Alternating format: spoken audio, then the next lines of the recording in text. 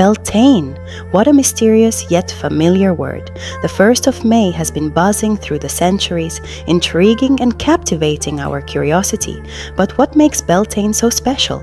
Let's uncover its secrets in this video, but hold on a second. Let's bust a false myth first, shall we? You might have heard that Beltane is solely about rustic agricultural festivities, where ancient people pray to the rye ears and appease various gods to make their fields flourish. But guess what? It's much more than that. I mean, who's excited about plowing fields in the name of the goddess in the 21st century? Correct, almost no one. But people still make fire and celebrate the 1st of May in different places on Earth. So let's toss aside those outdated stereotypes and dive into the real magic of Beltane. Trust me, it's far more than just a May Day picnic. Get ready to rock the boat and shake things up. Beltane, also known as the Fires of Bel, marks one of the 8 celebrations of the Wheel of the Year. On this day, the earth element awakens from a long and peaceful sleep. You might wonder, how does this concern me? I'm not living in a forest, so why should I care about the earth element awakening? Fair question, let's find out. I wish everyone had VR goggles so we could take a sneak peek into the mysterious vibes of the Night of 1,000 Fires. Since that's not yet possible, let's put on our thinking hats and imagine ourselves in prehistoric times, way before calendars and written words even existed, somewhere in the wild forest.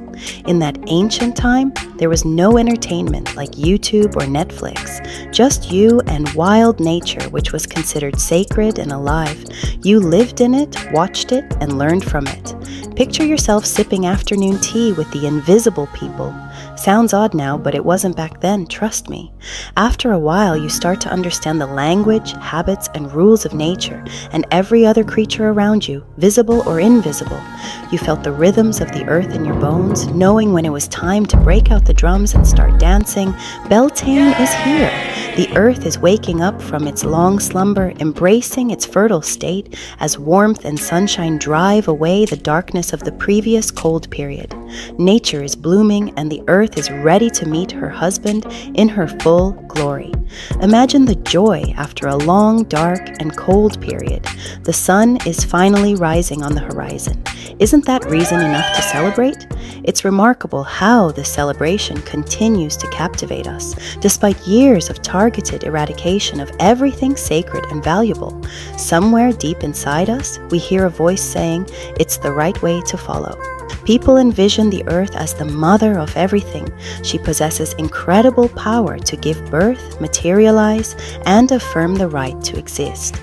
It's no wonder people worshipped the earth goddess in all her expressions. In every culture, there are goddesses representing the earth. In Greek mythology, the earth goddess was depicted as a 3-faced goddess: the maiden, the mother, the crone, Demetra, her mother Rhea, and her grandmother Gaia. The Celts worshipped Brigitte, while Slavic mythology tells us about Lelia, Ziva, Marina. These are the goddesses of birth and death, of life and afterlife. They hold eternal knowledge about the power of material creation on Earth. On May 1st, Druids, kings, queens, and common folk honored the force that gives life to every being on Earth. At the Beltane party, Mother Earth takes the spotlight. But what about the significant other, the one Earth is about to choose as her husband tonight? Please welcome Bel, Belinus, Cernunnos. Different names, same meaning. They share origins deeply rooted in centuries of time. Bel, the god of light, the solar force, embodies fire. He is fire, the fire that feeds and fertilizes the earth. The sacred union of earth and fire creates a new reality, one people yearn for. This reality weaves together on the night of May 1st. No intruder force could prevent it. Fire is an element, one of the reality building blocks. Fire element carries characteristics of expansion, manifestation, and unification. It has the ability to take over everything it can reach, spreading ideas that shape the reality and values of people in its flames. The earth needed to choose the right fire, the future king. The well-being of the whole community depended on his future rule. Druids, kings, queens, and common people lit thousands of fires that night to protect the earth from unwelcome fires from outsiders. People didn't want the earth to be confused and choose an undeserving one. Besides, we all know the type of guys who only promise and never act. No deceitful fire allowed, so they became protectors of Mother Earth, replicating the pure fire of Bel with thousands of bonfires to conceal the true fire of Belinus, the one Earth would accept and form the reality. They danced, they drank, they sang, making as much noise as possible to distract humans and non-humans, beings from this reality and neighboring realities, anyone who dared interfere. What a party it was! Rumor has it that no woman might reject any man who was willing to love her that night. No walk of shame in the morning, no suspicious looks, none of that. Of course, those scary stories about inappropriate behavior of slutty witches told by popes and priests happened much later. All women became personifications of the earth goddess on Beltane, and it was believed that the earth goddess may provide, through mortal women and men, her will. If a woman got pregnant on Beltane, the child was blessed, maybe even destined to be a future king. We will get to the Beltane celebration in the 21st century without venturing into the dark forests alone and all this drama of deceitful, aggressive fires and weird strangers asking for love. In a minute. But first, book recommendation on the topic. For a poetic perspective on Beltane festivities and the atmosphere of Arthurian legends and some mystery, check out Marion Zimmer Bradley's book, The Mists of Avalon. It's a fantastic read, immersing you in the worlds of Celtic legends, priestesses of the earth goddess, magic, and love. If you haven't read it yet, you've missed a lot of fun and adventure. May Day, Callan Mai, and Walpurgis Night are still celebrated today. Perhaps the true meaning has been lost over time, but something still inspires people to dance around the pole, light fires, and choose May Lady and May King. By the way, do you know why Walpurgis Night is usually celebrated on Bald Mountain?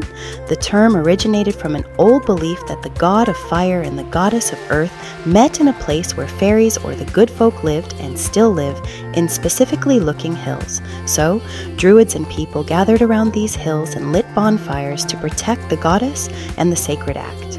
Since then, the tradition to gather around the hill on Beltane has flowed into our era in the form of a witchy Sabbath, parking their brooms on top of Bald Mountain, dancing naked, and indulging in lewdness. Nice transformation, don't you think? From a sacred union act of earth and fire to a gathering of weirdos. And another book recommendation on the topic, Mikhail Bulgakov's brilliant depiction of Walpurgis Night in his novel Master and Margarita. So get the book and join Witchy Sabbath. Despite all Beltane's transformations throughout the centuries, people remain people.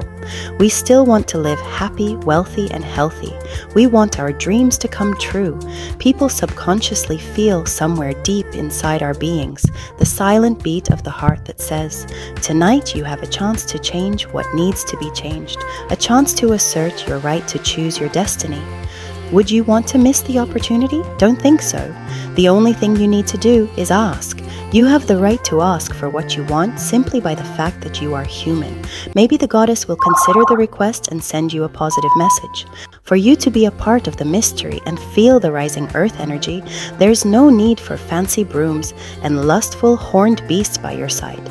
It's not required to go to the forest and flirt with strangers, although not forbidden either. You just need your mind ready and the desire to connect with Beltane mystery. Tune in with the profound foundation, the base of living, and align everything in your mind and consciousness with the beat of your true self. Erase the false and leave the true you. Of course, this day is mostly focused on female energies and their tremendous powers. But there is something for men as well. They can become warriors guarding the goddess and feel the strength of the horned god pulsing through their veins. You wouldn't want to change that feeling for anything. And I mean, not that a man will suddenly take a spear and a shield and run in an unknown direction. Of course not. It feels more like eagles in the belly. We'll leave butterflies for the girls. He is ready to protect his loved ones no matter what. Most men want to become heroes from the legend. This is your chance, guys. Don't miss it. So, what do you actually need to do to feel the vibes of the day? No matter where you are and whom you are with, alone in your room, together with people you love or not much, in the city or in the forest, what matters is only your intention. You may make a bonfire in your yard or just light up a candle in your room. Be alone or be together with like-minded people. Any fire you can make will be good to respect the goddess and to connect with other fires that spread shine in her honor throughout the world. Calm down your mind. Make yourself comfortable within your own space. Put on your favorite music. Pour a little something to drink. Close your eyes and plunge yourself into the bowels of the earth, to the place where you start to feel protected as in mother's womb. Now, think of something you want to get rid of from your life. What are your constraints that are holding you back? These constraints are keeping you away from your goals and your wishes. The strong feeling of abhorrence to a life event should arise. The earth element has the ability to decompose everything into tiny particles. You can use it to your advantage and decompose your constraints into the smallest pieces, and it won't stand in your way. What is that one wish you are so desperate to fulfill? Only one. Only the most precious one. It can be any wish. Absolutely anything.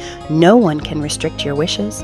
Imagine that wish as vivid as possible. Send it deep into the earth and it will sprout. Maybe you will feel some answers from the abyss of beyond. Maybe not. Who knows?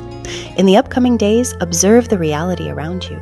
It should give you answers, maybe some guidance or riddles. You will know it's for you. It's that time of year, from Beltane to the summer solstice, when you're encouraged to do only what you truly desire. Your essence will reveal itself through sudden impulses.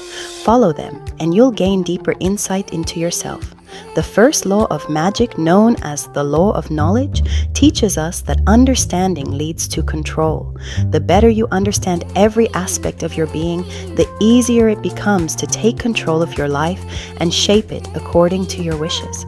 You'll be surprised by how challenging it can be at times to act solely on your innermost desires, to do what you want rather than what you must or what you're obligated to do.